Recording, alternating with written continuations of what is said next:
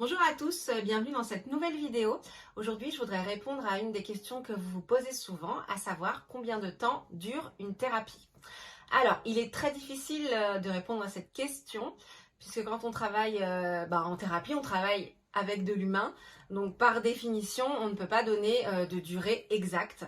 Vous voyez bien autour de vous, par exemple, quand vous avez des personnes, par exemple, autour de vous qui font face à un deuil, il y a certaines personnes qui vont aller mieux au bout de 1 voire 2 mois, et d'autres pour qui il va falloir beaucoup plus de temps. Ça montre bien que c'est pas si simple que ça. Une petite indication toutefois, en thérapie, on parle de deux sortes de thérapies. Donc il y a les thérapies qu'on appelle les thérapies de soutien qui sont généralement plus courtes parce que ça ne va pas être lié à une dépression, à un traumatisme. Ça va plutôt être les thérapies qui vont être là pour vous accompagner quand vous avez besoin de soutien pour faire face à un événement difficile, par exemple à une rupture, à un deuil. C'est plus quand vous avez besoin d'écoute et de soutien dans un cadre bienveillant pendant une période difficile. Donc ça, en général, ça peut durer 1 mois, voire 2 mois, ça dure moins longtemps.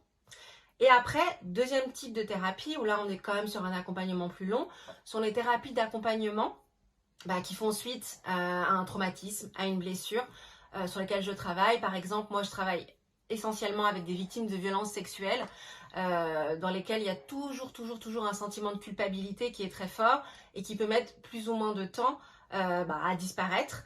Pareil sur les blessures de l'enfance où très souvent il faut faire ce que j'appelle un deuil de la famille idéale, du parent idéal.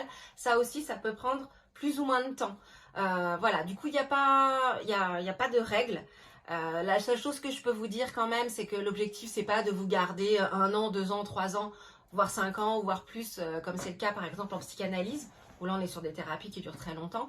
Moi, c'est pas ma façon de travailler.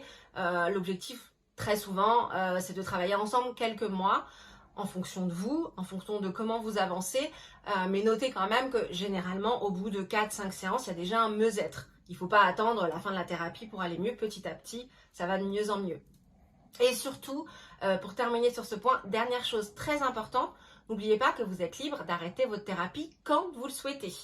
C'est-à-dire que si à un moment donné, vous vous sentez mieux, ou vous avez besoin de faire une pause, ou vous pensez que vous n'en avez plus besoin, c'est important de le dire au thérapeute, et dans ces cas-là, on arrête. Moi, j'ai des patients avec qui j'arrête 1 mois, 2 mois, 3 mois, et puis qui reviennent me voir une fois par mois ou de temps en temps quand il y a quelque chose qui ne va pas. Mais vous avez vraiment la main sur votre thérapie pour dire stop quand vous en ressentez le besoin. Voilà, j'espère que ça aura répondu un petit peu, voire beaucoup à la question que vous vous posez. Puis je vous dis à bientôt pour une nouvelle vidéo.